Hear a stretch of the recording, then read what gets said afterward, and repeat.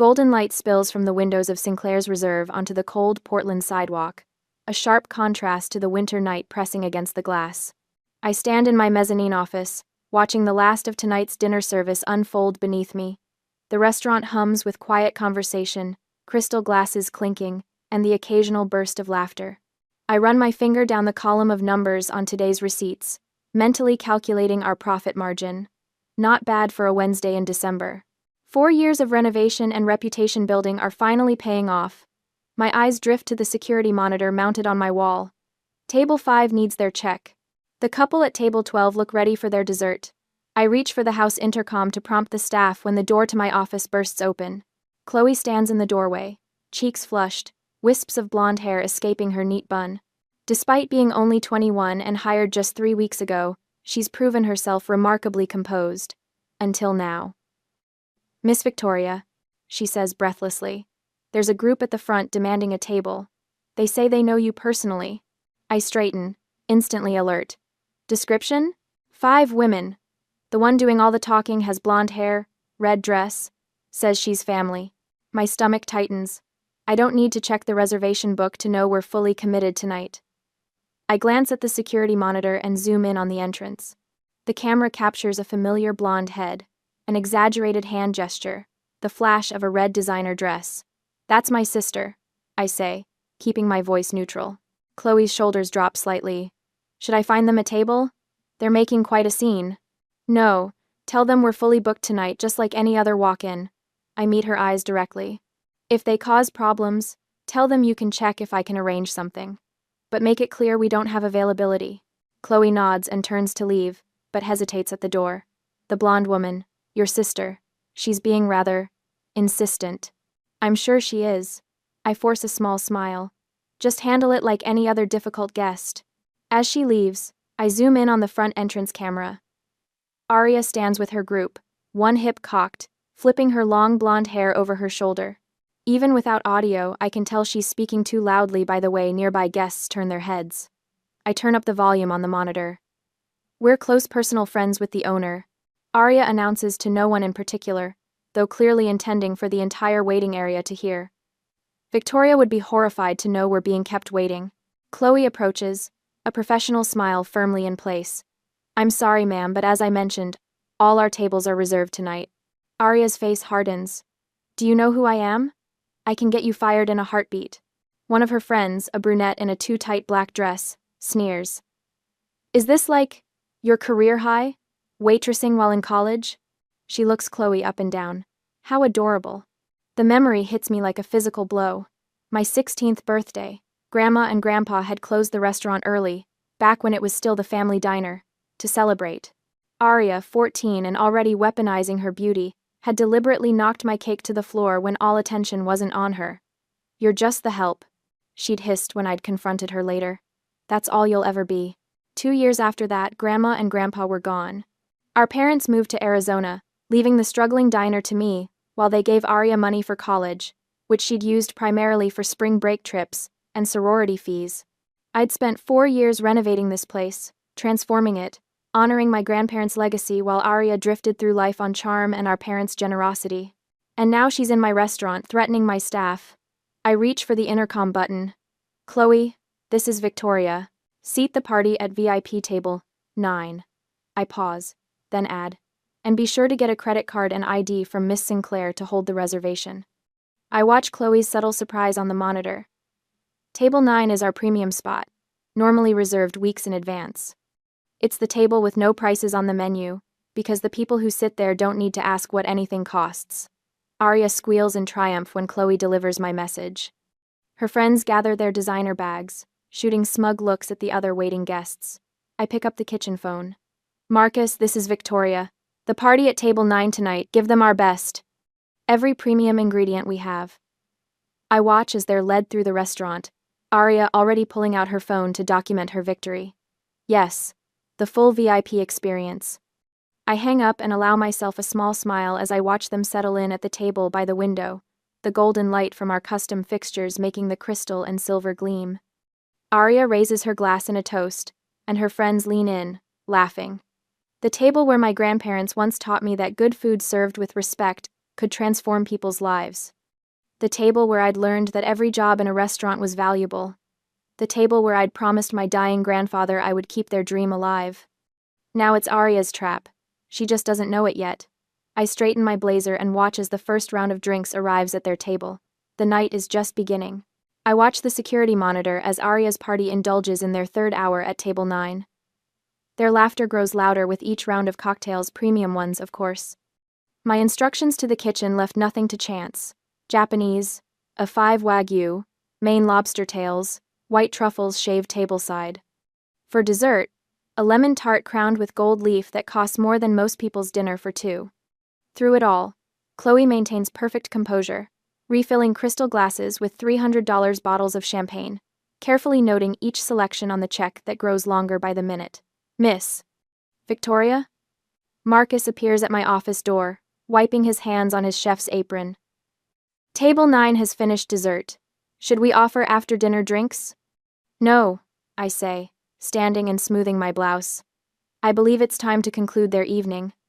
On the monitor, I watch Chloe approach their table with a leather folio. Inside, a check for exactly $5,349.50. Arya's face when Chloe places the folio before her is everything I anticipated, shock giving way to indignation, her perfectly lined lips parting in disbelief. She flips open the cover, blinks twice at the total, then slams it shut. There must be some mistake, Arya says, loud enough that diners at nearby tables pause their conversations. I was invited tonight. My sister is the owner. Her friends exchange nervous glances, the reality of their evening finally penetrating through the fog of expensive alcohol. Their Instagram posts celebrating luxury girls' night out suddenly appear premature. Victoria said we'd be taken care of. Arya's voice rises to a shriek.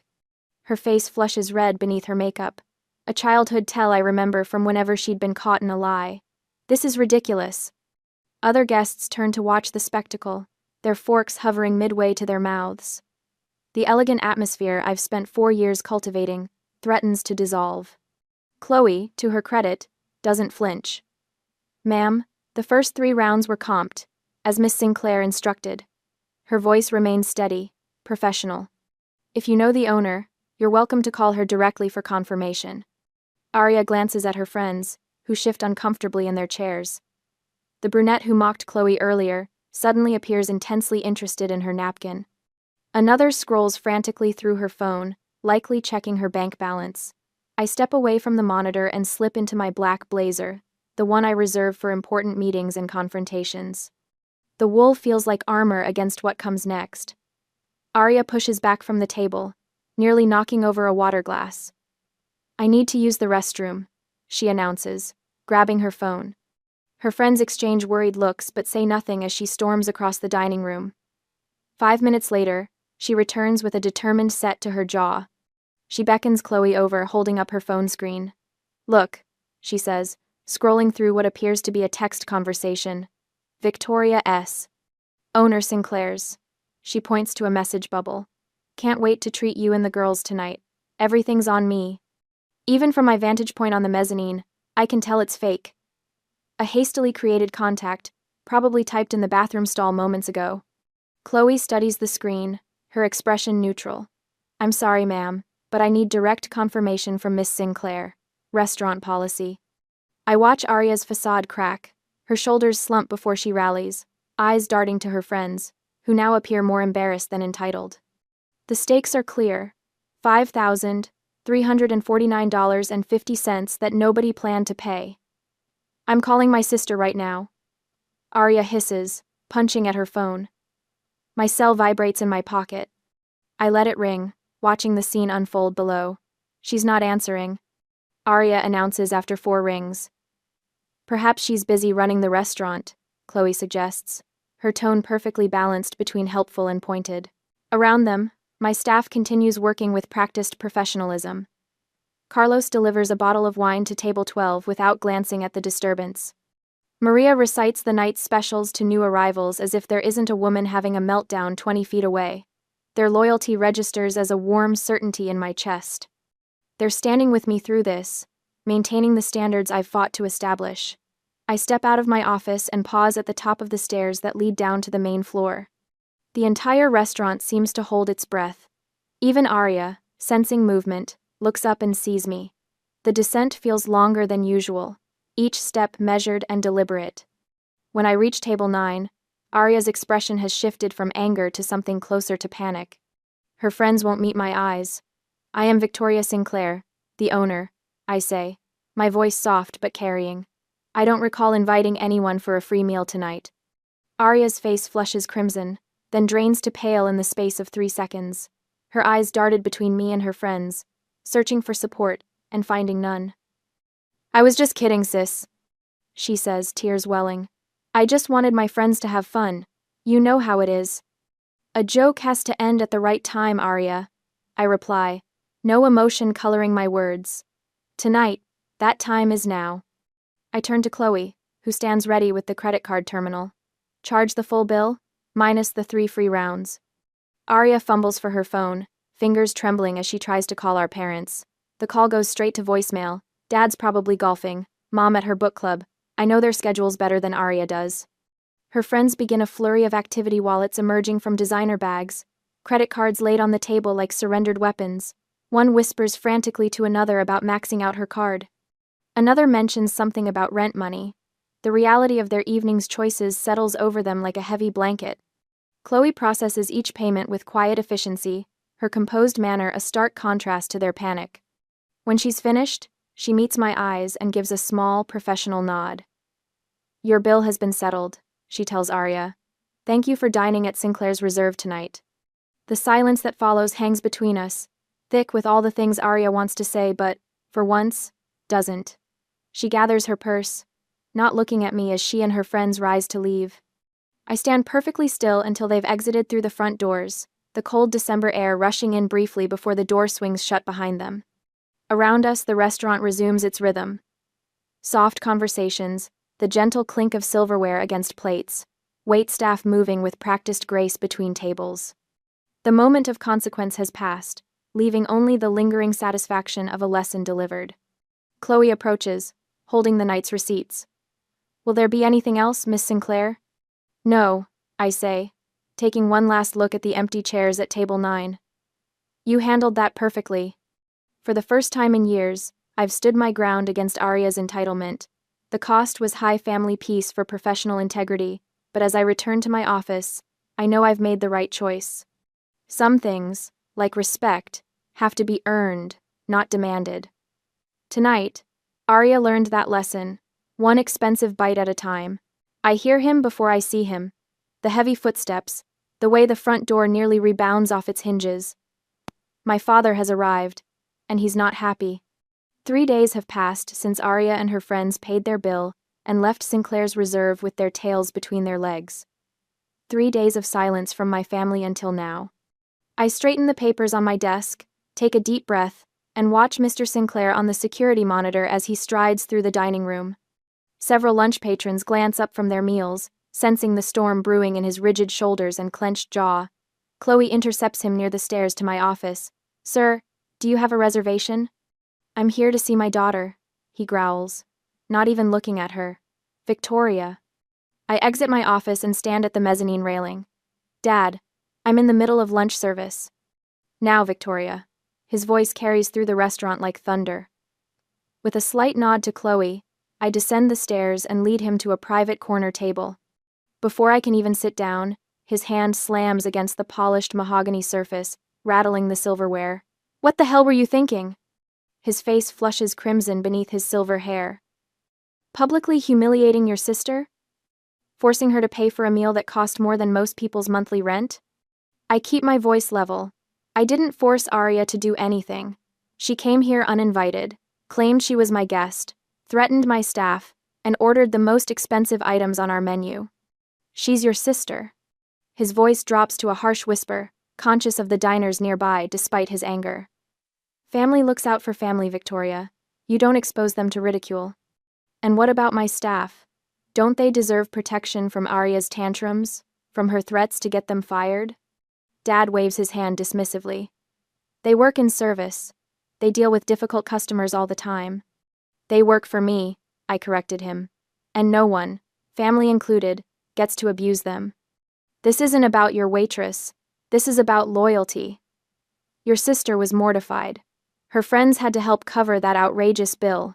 You've damaged her reputation. I sit silently for a moment, weighing my next move. Then I stand. Come with me. Without waiting to see if he follows, I climb the stairs back to my office. I hear his hesitant footsteps behind me. Once inside, I close the door and open my laptop. "What's this?" he asks, his anger momentarily replaced by confusion. "Evidence," I say simply, turning the screen toward him. I press play on the security footage. The high-definition video shows Arya and her friends entering the restaurant. The crystal-clear audio captures every word. "We're close friends with the owner," Arya's voice rings out. I advance the footage to their interaction with Chloe. "Do you know who I am? I can get you fired in a heartbeat." Arya's face twists with contempt. "Is this like your career high? Waitressing while in college?" How adorable. Her friend's snide remark sounds even more vicious through the speakers. I skip ahead to their meal. Arya ordering another round of cocktails, loudly proclaiming they should go all out because my sister's paying. The entire table laughed as they added more items to their order, commenting on the insane prices they wouldn't have to worry about. Then the moment when the check arrives, Arya's shock, her flushed face as she fumbles through excuses. The phone she holds up with a fake chat screen open, claiming I had invited her. My father watches in stunned silence. When the footage ends, he sinks into the chair across from my desk. For a long moment, he says nothing. Then, I was wrong. The admission hangs in the air between us. I wait. "I was wrong," he continues, his voice rougher now. "Not just about this night. I was wrong to let my youngest think she could solve everything with her mouth and connections." I close the laptop gently. "This isn't about punishing Arya, Dad. It's about consequences. She's 24 years old. It's time she understood that actions have repercussions." He nods slowly, runs a hand through his silver hair. "Your grandparents would be proud of what you've built here, Victoria. I see that now." Through the window of my office door, I spot Arya hovering at the top of the stairs.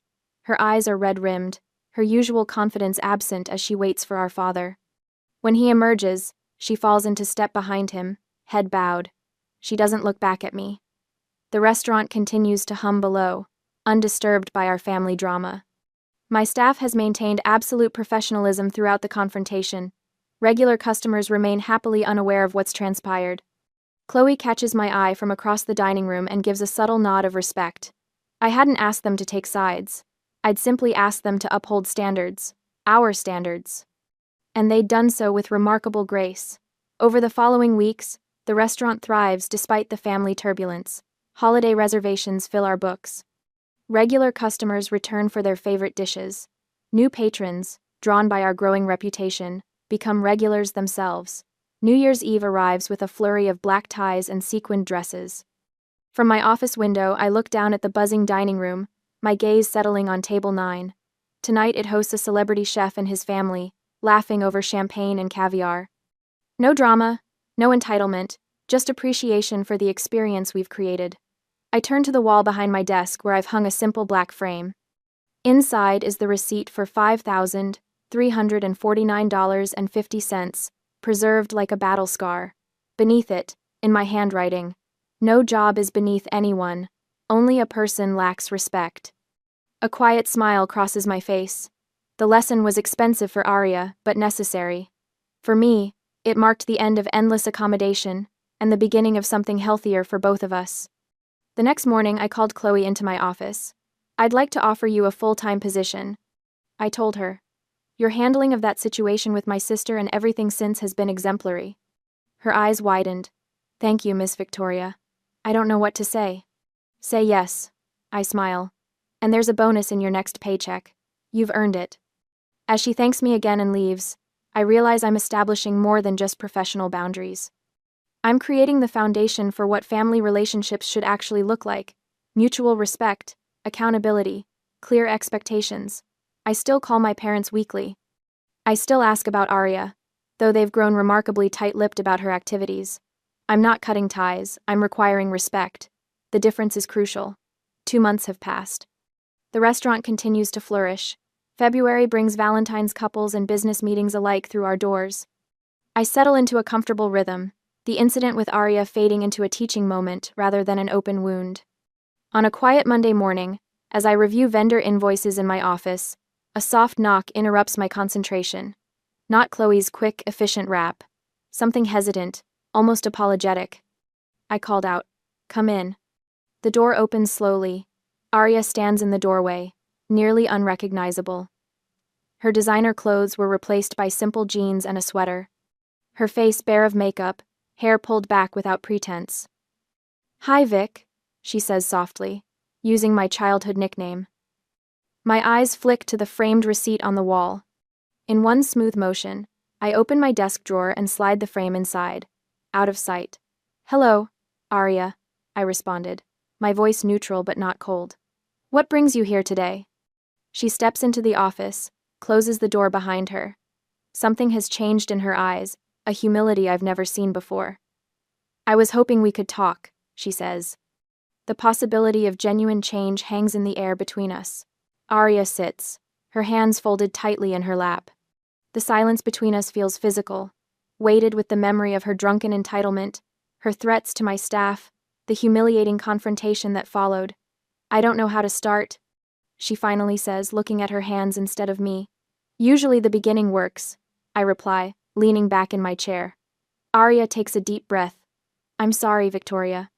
Really sorry. Not just for the scene I made here, but..."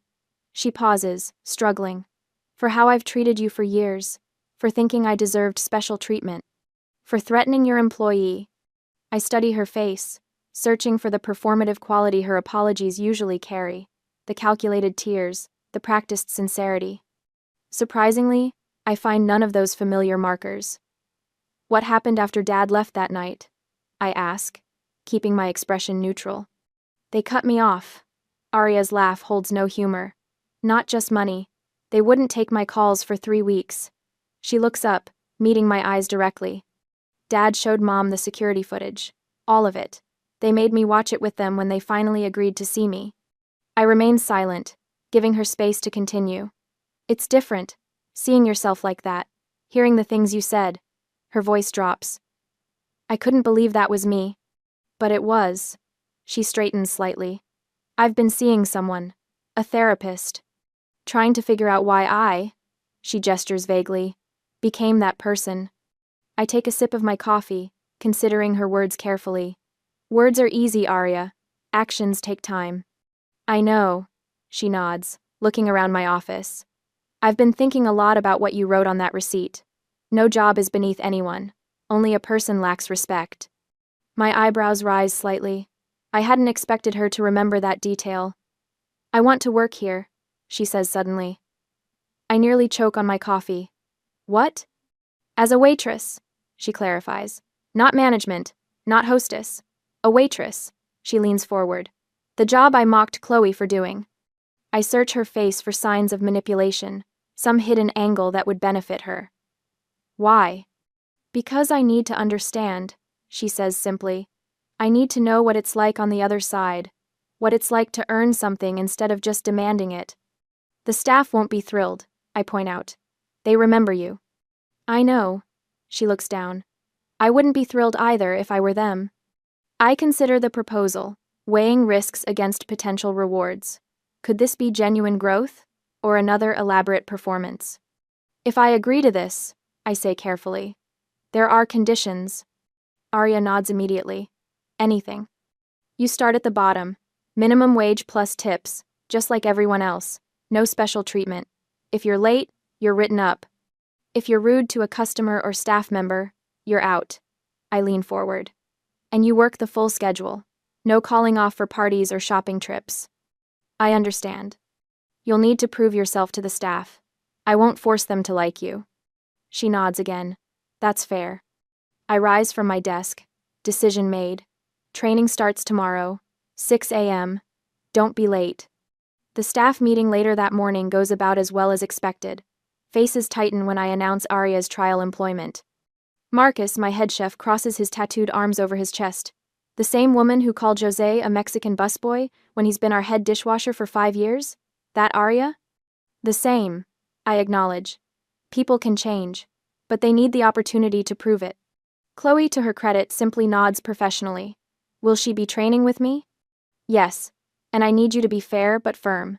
No letting things slide because she's my sister. Not a problem, Chloe says, a ghost of a smile touching her lips. Aria's first day tests my resolve. She arrives at 5:45 a.m., already dressed in the black pants and white shirt uniform. Her expression when I hand her the employee manual is one of genuine determination. By noon, reality has set in. I watch from the mezzanine as she struggles with a tray of water glasses, her steps careful but uncertain. A glass wobbles dangerously. Her feet, unsuited to hours of standing, already show her discomfort in the way she shifts her weight. A table of businessmen snaps their fingers to get her attention. One points rudely at his empty coffee cup. I see Aria's shoulders tense, then deliberately relax as she approaches with a smile that costs her visible effort. By closing, her makeup has worn off completely. Her ponytail droops. When she thinks no one is watching, she leans against the wall near the kitchen, rubbing her lower back. How was it? I ask her as she punches out. Harder than I thought, she admits. My feet feel like they're going to fall off. You get used to it, I say, remembering my own first weeks working for our grandparents. Will you be back tomorrow? Something like pride flickers across her exhausted face. Yes, I'll be here. The weeks that follow surprise me. Aria never misses a shift. She accepts corrections from Chloe without drama. When a customer sends back a steak 3 times, claiming it's overcooked, then undercooked, then just not right, Aria handles it with unexpected grace. The kitchen staff was ready to murder that guy. I overheard Jose telling her as they rolled silverware after closing. How did you stay so calm? Aria shrugs. I used to be that customer. Worse, actually. She looks embarrassed. I'm trying to be better. A month into her employment, I noticed something significant. She's learning the names of our regulars. Mr. Petrowski, the retired teacher who comes in every Tuesday for the pot roast special. The Hendersons, who celebrate their anniversary with us each month. Mrs. Carlyle, who always wants extra lemons for her water. How's the experiment going? Marcus asks me one evening as we review the week's orders. Better than expected, I admit. But I'm still waiting for the other shoe to drop.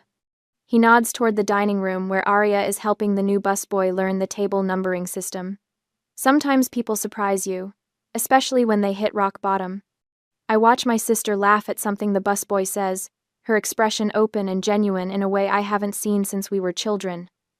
Maybe, I concede, allowing myself the first cautious hope that this change might actually be real. I glance down at the dining room from my mezzanine office, eyes fixed on VIP table 9. The same table where Aria's journey began 3 months ago now hosts another group of 5 women, all designer clothes and expensive perfume. Their voices carry across the restaurant floor, demanding attention with each exaggerated laugh and theatrical complaint. Aria moves between tables with practiced efficiency, her once manicured nails now trimmed short for practicality. Her first month working here has transformed her, physically and otherwise. The makeup is minimal, the designer clothes replaced by our standard black uniform. She's proven herself surprisingly capable, mastering the computerized ordering system faster than most new hires, and memorizing our extensive wine list within 2 weeks. The intercom on my desk buzzes. Chloe's voice comes through, tight with concern. Victoria, we have a situation at table 9. They're getting difficult. What kind of difficulty? I ask, though I already know. I arranged this table myself. They're demanding free appetizers because they waited an extra 5 minutes. One claims she knows the owner personally. Who's their server? I ask, knowing full well the answer. Aria. Good. Let her handle it. I watch from above as Aria approaches table 9 with a tray of water. One woman with a sleek brunette bob gestures sharply, her red lacquered nail jabbing the air between them. We've been waiting 15 minutes for our drinks, she says, voice pitched to Carrie. Is this how you treat all your guests, or just the important ones? I recognize the line, word for word what Aria had said to Chloe months ago. Aria's spine stiffens slightly, but her smile remains professional. I apologize for the wait. Our bartender is preparing your specialty cocktails now. They'll be out momentarily. The woman who seems to be their leader leans forward. Do you have any idea who I am? I'm personal friends with Victoria Sinclair. Again, Arya's exact words from that night. I could have fired you with one phone call, adds another at the table. I watch Arya's hands for any tremor, any sign that she might crack under the pressure. This test wasn't scheduled until next week, but when this particular group made a reservation, I recognized the opportunity. 5 women from a local marketing firm, notorious for their demanding behavior. Perfect mirrors for what Arya once was. I understand your frustration, Arya says, voice steady. Allow me to bring some complimentary truffle popcorn while your drinks are being prepared. No defensiveness, no attitude, just problem-solving and professionalism. The brunette scoffs. Popcorn? Do we look like we're at a movie theater? We want the tuna tartare. Comped. Arya takes a small breath. I lean forward, watching her face in profile. A month ago, she would have been on her phone by now, texting furiously for backup or making threats. The tuna tartare is exceptional. She says instead, I'll check with the kitchen to expedite your order. The drinks will be out in 2 minutes. As she walks away, one woman calls after her. This service is pathetic. Is waitressing like your career high? Because you're not very good at it. The exact phrase Arya's friend had used on Chloe. I reach for the intercom, finger hovering over the button. Part of me wants to intervene, to spare her this humiliation. But that would undermine everything the past month has built. Arya needs to face the mirror I've placed before her. Arya returns with their drinks on a silver tray, each glass garnished precisely to our standards. Her movements are deliberate, careful. She serves the most demanding woman first, then works her way around the table. Your tuna tartare is being prepared, she informs them. Chef Marcus is adding extra yuzu just for your table. The brunette tastes her drink and makes a face. This isn't strong enough, and I specifically asked for no mint. There's no mint in that cocktail, Arya says gently. The green you're seeing is basil, but I'm happy to have it remade stronger if you prefer. The woman pushes the drink away. Just tell Victoria that Melanie is here. She'll know who I am. I'd be happy to let Miss Sinclair know you're asking for her, Arya says, maintaining her composure. May I get your last name as well? The woman falters slightly. Just Melanie. She knows me. Arya nods. I'll be right back with your tartare and let Miss Sinclair know you're asking for her. She walks away, shoulders squared, and disappears into the kitchen. I expect her to come storming up to my office, demanding to know why these women are being so difficult. Instead, I watch her on the kitchen camera, taking a deep breath, rolling her shoulders back, and speaking quietly to Marcus. No drama, no scene, just doing her job. When she returns to the table, she brings not only their tartare, but also a small plate of chocolate truffles. With our compliments, she tells them. I've informed Miss Sinclair that you're here. She sends her regards but is in a meeting with investors at the moment. A perfect professional lie, the kind I would have authorized myself. The women at the table exchange glances, their momentum somewhat broken. They'd expected tears, or anger, or at least flustered discomfort. Arya gives them none of it. For the next hour, I watch as Arya handles every complaint, every demand with the same steady professionalism. When they insist on moving tables mid-meal, she arranges it without protest. When they claim their steaks are overcooked, they aren't. She has new ones prepared. When they demand to know why the dessert menu doesn't feature crème brûlée like it used to, Arya politely explains that our menu changes seasonally, offering alternatives with similar flavor profiles. Not once does she lose her composure. Not once does she make excuses or become defensive. She simply solves problems, one after another, with dignity intact. When they finally leave, after paying their bill in full, I note with satisfaction. Arya stands at the door, thanking them for coming as if they'd been model guests. Later, after closing, I find her in the empty dining room, polishing silverware with more attention than the task requires. Her face is thoughtful, almost melancholy in the dimmed lights. Tough table tonight, I comment, sliding onto a bar stool beside her. She looks up, a small smile lifting one corner of her mouth. You planned that, didn't you? I don't deny it. How could you tell? They used my exact phrases from that night, word for word. She sets down a perfectly polished fork. I can't believe I used to be like that. The genuine embarrassment in her voice surprises me. This isn't performance for my benefit. The realization moves something inside me that I thought had calcified years ago. Everyone has moments they're not proud of, I offer. What matters is recognizing them. But I didn't just have moments. I was like that all the time. Her eyes meet mine, clear and direct. I never thought about how it felt to be on the receiving end. I pick up a spoon, turning it to catch the light. Grandpa used to say that working in a restaurant teaches you more about human nature than any college degree. I remember that, Arya says softly. He'd let me fill the salt shakers when I was little. Said even that job was important because, without salt, nothing tastes right. The memory catches me off guard. I'd forgotten those early days, before competition and resentment had built walls between us. Before our parents had played favorites. Do you know why I named this place Sinclair's Reserve? I ask her. She shakes her head. Grandma told me once that family is like a special vintage, something you hold in reserve for the moments that matter most. I set the spoon down carefully. I always thought she meant the restaurant, but I think she was talking about us. For a moment, we sit in silence, the weight of years and misunderstandings between us gradually shifting, realigning. You're good at this, you know. I finally say, the job. You have a natural talent for service. I don't know about talent, she replies, but I'm learning to respect it. That's enough to start with. I stand, decision made. I'd like to offer you a permanent position, regular staff, regular hours. No special treatment, but a fair chance. Her eyes widen slightly.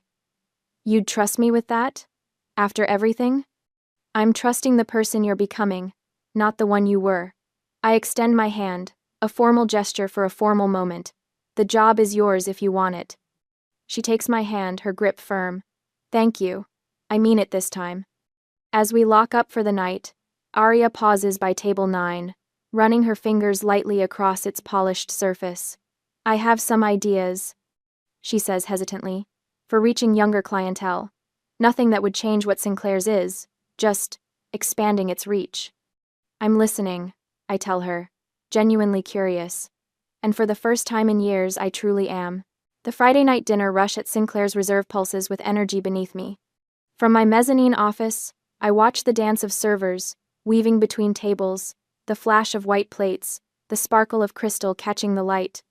6 months since Arya started working here, and tonight the restaurant breathes with an easy rhythm I've never felt before. I run my finger down tonight's receipts, tallying our best weekend numbers yet. My eyes drift to the security monitor where Arya glides between tables, her practiced movements efficient and graceful. She laughs at something an elderly regular says, her smile genuine. The transformation still catches me off guard sometimes. Marcus appears at my office door, a dish towel slung over his shoulder. Victoria, we just sold out of the special, 5th Friday in a row. That's because your halibut is worth every penny, I say.